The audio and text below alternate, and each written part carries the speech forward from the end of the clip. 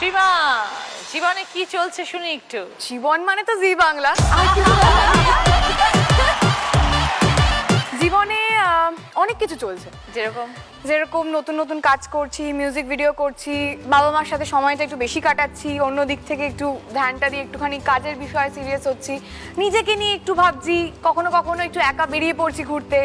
লাফালাফি তো সবসময় করি, লাফালাফি করতে করতে পড়েও যাই, কিন্তু এখন যেটা পড়েছি সেইটা মনে হয় তোমাকে দায়িত্ব নিতে হবে কিছু একটা সলভ করার। তুমি নিজেই আমাকে বলেছিলে যে তোমার জীবনে মনের মানুষ আছে, তোমার ফিউচার নিয়ে ভাবছো, সেটেল করার কথা। কি হয় বলো তো দিদি, আমি একটা জিনিস বুঝতে পারলাম, জীবনে কাউকে ধরে রাখা যায় না, যে যাওয়ার সে যাবেই।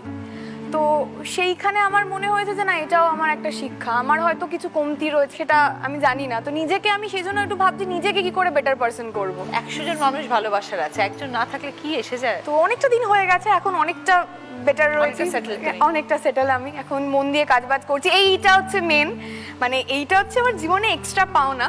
কারণ কোনোদিন যদি মাকে বলি, মা দেখো না কি সুন্দর চুলের কালারটা, তুই ভাববিও না করার কথা, এরকম একটা রিয়াকশন আসে। তো সেখানে যখন আমি ফার্স্ট ব্লিচটা করে ঢুকেছি, বললো তুই ঢুকিস না, তুই বেরিয়ে যা, তুই ত্যায্যকন্যা হয়ে যা।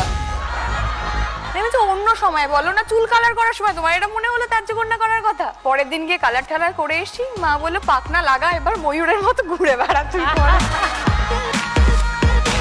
মা খুব হ্যাপি যে আমিও খুব হ্যাপি, অ্যান্ড আমার বন্ধুরা যারা রয়েছে তারা তো সবসময় আমার সাপোর্ট করে, তো মা সেটা দেখেও ভীষণ শান্তিতে, না মেয়ে ঠিক জায়গায় আছে, খুশি আছে, চেষ্টা করছে অন্তত। তো কতদিন হয়ে গেল অভিনয় করছো এবার শ্রীমা? 6 বছর বেশি।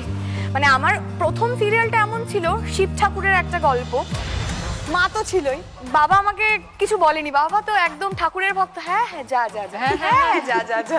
আর দিনের পর দিন এই অ্যাক্টিং শেখাটা হচ্ছে আমার ডেফিনেটলি মা, আমার নিজের মা। তো মা দায়িত্ব দিয়ে দিয়েছিল আমি যেদিনকে যেতে পারবো না, স্ক্রিপ্টটা মুখস্থ করিয়ে ডায়লগটা যেন আপনাকে বলে। আর মা লিটারালি তাই করতো, এই লাইনটা মিস গেছে, আবার বল। মানে আমি লাকি যে আমার প্রথম সিরিয়ালে আমার মা আজকে এখানে রয়েছে, শুধু সেটা নয়, ওই ভালোবাসাটা আমি পেয়েছি মার কাছে। থ্যাংক ইউ মা, love you. I love you too. দেবদেবীর চরিত্র কিন্তু শ্রীমাকে মানায়। তাছাড়াও দেখো না, একটু লুক চেঞ্জ করেছে, আর কত আর কত।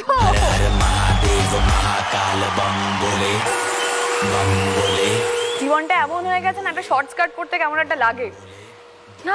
তুমি তো এটা না না, ওর মুখের মধ্যে একটা ঠাকুর ঠাকুর ব্যাপার আছে। একদমই। মড ড্রেসের থেকে ওকে নর্মাল শাড়ি পরলে ভালো লাগে, তুমি ওটাই পরবে। তুমি দেখেছো তো, মা দেখেছো তো, শুরু হয়ে গেছে, তুমি না ওটাই পরবে।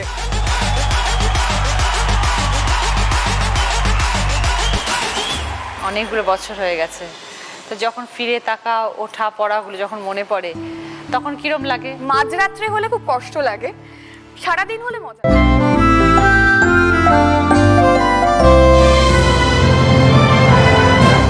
ডাউনলোড করুন জি